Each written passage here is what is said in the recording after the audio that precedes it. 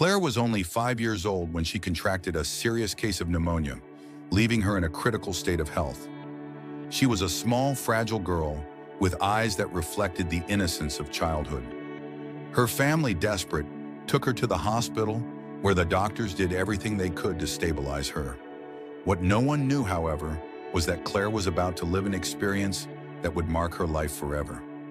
While her body lay unconscious in a hospital bed, Claire's consciousness rose, floating outside her small body. Suddenly, she found herself looking down at the hospital, as if observing everything from an impossible perspective. It was a clear and sharp vision, and for a moment she wondered why she could see the world in such a strange way. But she did not feel frightened. Soon she found herself floating through a familiar place, her uncle's farm, where she used to play when she was healthy. Claire no longer had a physical body, but she could still see everything around her with impressive clarity.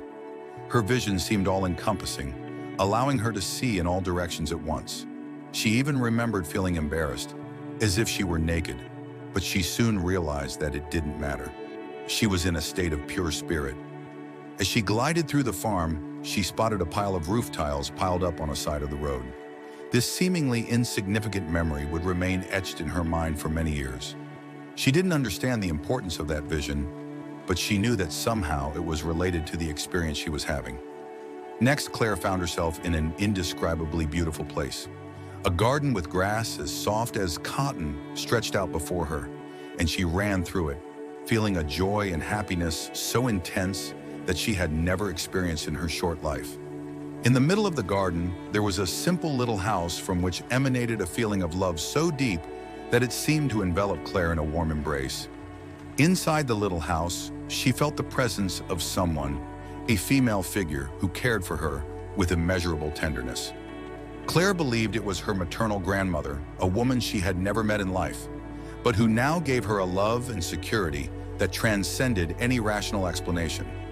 She could not see the woman's face clearly, but there was something about the way her hair was tied up in a bun that would later make her recognize her grandmother in old family photographs. Time seemed to not exist in that place, and Claire felt at peace, as if she had found a perfect refuge. She did not want to leave, did not want to distance herself from that loving presence, but reality began to pull her back.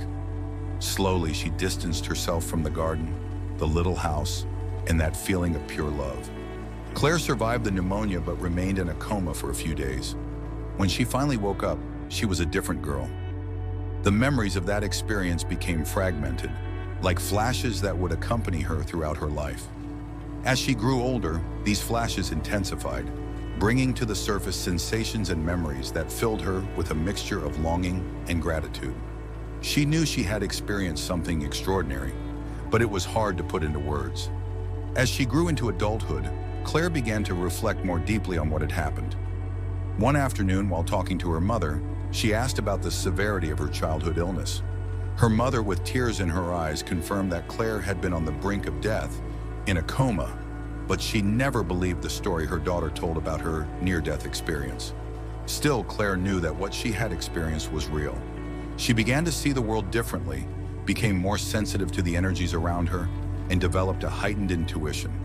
She often felt the presence of something greater, something that had protected her during that time, and that continued to silently guide her.